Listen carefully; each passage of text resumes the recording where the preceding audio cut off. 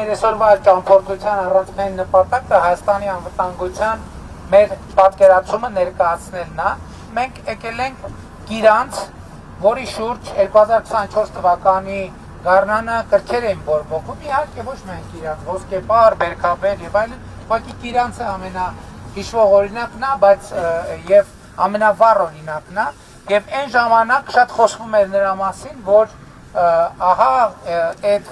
ամեն ինչից հետո Գիրանցում մարդ չի մնալու, բոլորը գնալու են, Գիրանցի դպրոցներ կառուցվում, որ ասում են, որ ոչ մեկ իր երեխուն չի տանելու, Ադրբեջանից 50 մետր հեռավորության վրա է դպրոցը եւ ճիշտ է,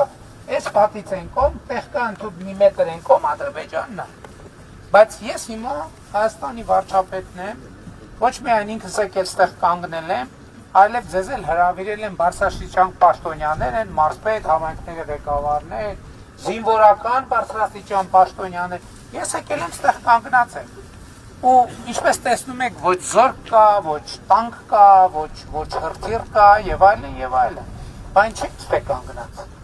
Բայց չի մտավախություն չունեմ անվտանգության։ Հրթիռները չենք բերել ավիացիան օդում չի,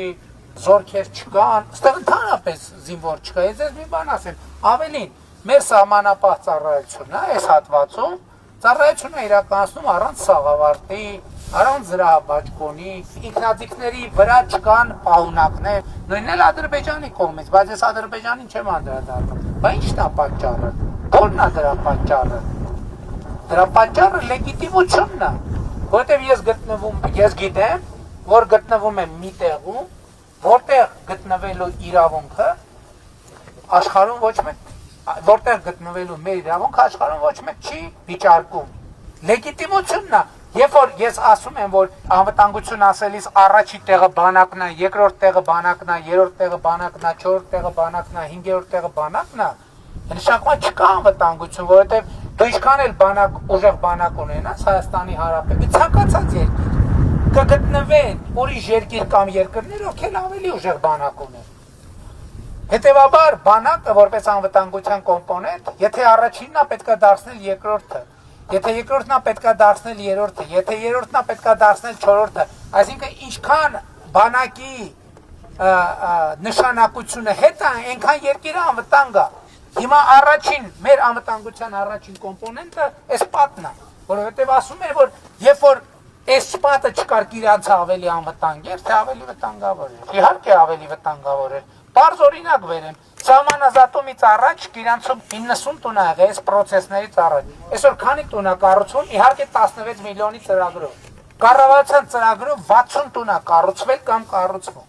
Խնդիրն են չի, կառավարությունն ա ֆինանսավորել, բայց մարդն ա չէ ապրելու ուտեղ։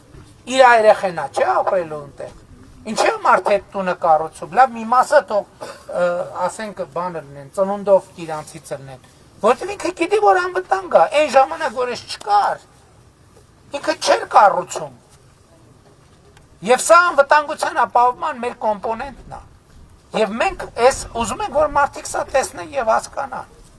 Անվտանգության ապահովման կոմպոնենտն է։ Այս դպրոցը, որ կառուցում էր այն ժամանակ էլ, ասում էին, որ մարդիկ չեն տանելու երեխեքին իրաց դպրոց, հələ մի ժամանակ դուր էին տարածում, որ սա իրականում կառավարությունը խափում է, սա դպրոց չի, սա իրականում են գլխից է պլանավորած ա եղել սահմանապահ զորքերի համար է,